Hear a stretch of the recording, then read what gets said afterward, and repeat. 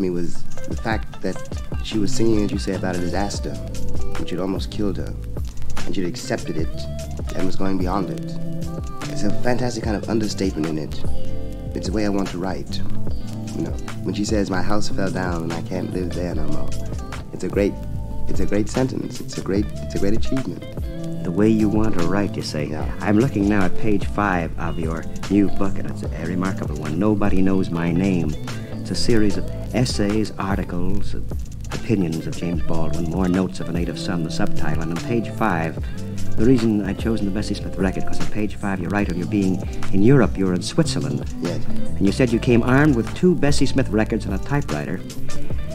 And I began to try to recreate the life that I had first known as a child, from which I'd spent so many years in flight. And it was Bessie Smith who, through her tone and her cadence, helped me dig back to the way I myself must have spoken when I was little.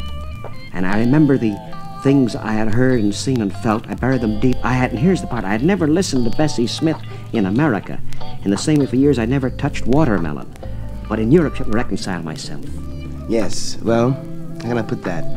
That winter in Switzerland, I was working on my first novel, which I thought I would never be able to finish. And I finally realized in Europe that one of the reasons that I couldn't finish this novel was because I was ashamed of where I'd come from and where I'd been, and ashamed of the life in the church, and ashamed of my father, ashamed of the blues, and ashamed of jazz, and of course ashamed of watermelon, because it was, you know, all of these stereotypes that the country inflicts on Negroes.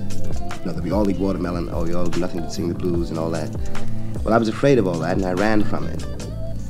And when I say I was trying to dig back to the way I myself must have spoken when I was little, I realized that I had acquired so many affectations, I had told myself so many lies, that I really had buried myself beneath a whole fantastic image of myself which wasn't mine, but white people's image of me.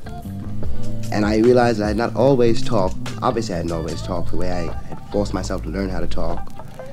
And I had to find out what I had been like in the beginning. In order, just technically then, you know, to recreate Negro speech, I realized it was a cadence, it was a beat, much more than, it was not a question of dropping S's or N's or G's, but a question of the beat, really. And Bessie had the beat. And in that, this icy wilderness, you know, as far removed from Harlem as anything you can imagine, with Bessie Smith and me, and white snow, and white mountains, and white faces, who really thought I'd been sent by the devil. It was very strange. They'd never seen a Negro before. And in this kind of isolation, it's very hard to describe, I managed to finish the book. And I played Bessie every day. And really, literally, this may sound strange. A lot of the book is in dialogue, and I corrected things according to what I was able to hear when Bessie sang, and when William P. Johnson plays. It's that tone and that sound, you know, which is in me.